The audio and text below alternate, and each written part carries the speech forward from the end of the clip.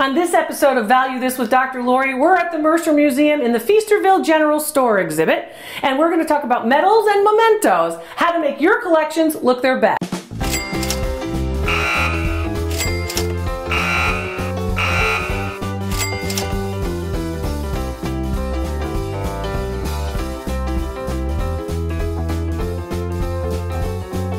You're looking at a canister set from about 1850. And I'm Dr. Lori, of course. Welcome to Value This with Dr. Lori.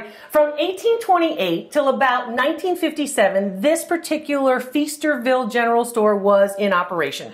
And you know what? It's still kind of in operation here at the Mercer Museum. Right. It's really, it's an amazing thing. And I know today you wanted to talk about tins and those kind of kitchen-y things. All these pieces that you're going to see here, you know, in the context of the general store, are relatively interesting, and how you have tins and how you have collectible plates and how you have some lanterns, all the stuff that you're going to need, you go to the general store. The people in the general store, the shopkeeper, actually was sort of a very important guy in 19th century society. He was the postmaster. He usually could get you whatever you would need, and also, of course, the general storekeeper. So what you're looking at here with respect to the tins is relatively interesting. Advertising collectibles are always important. A lot of people who collect advertising collectibles look for the lithographed tin overlay. Basically, that overlay like the tiger chewing tobacco 5-cent packages inside.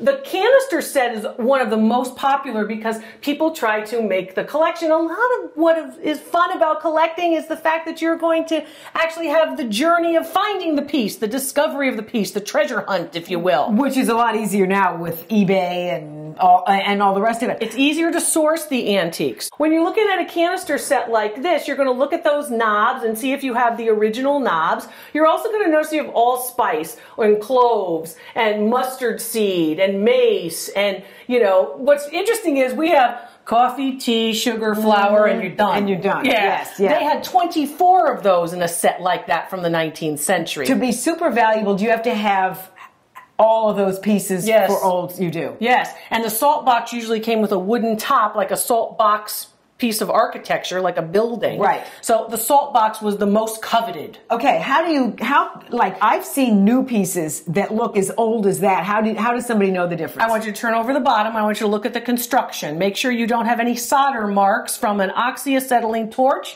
because those are not invented until 1945 in World War II. Okay, well that would be just right on the underside. Underside, it looks like it's a torch. It basically looks like molten metal.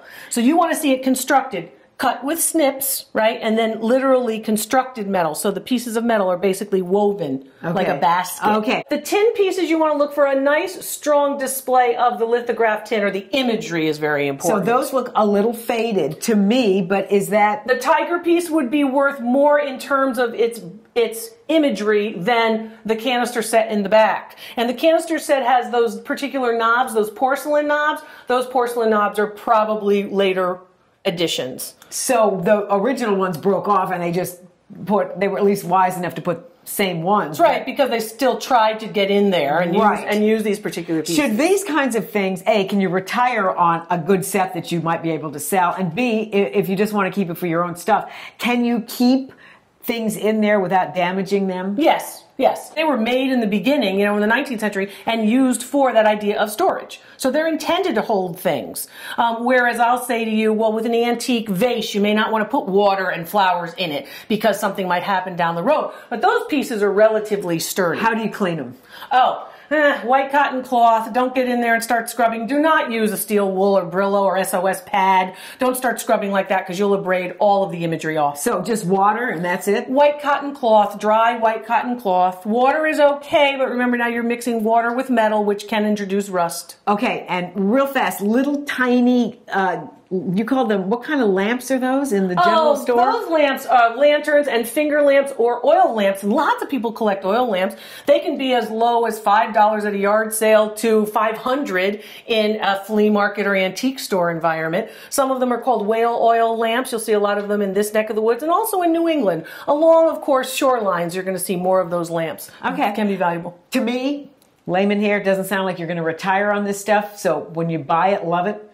Well, you know, we all want to love our objects, and sometimes it was grandma's, and we just want to have a memory for some of them, and some of them can be very valuable. So remember, condition is always a key to value too.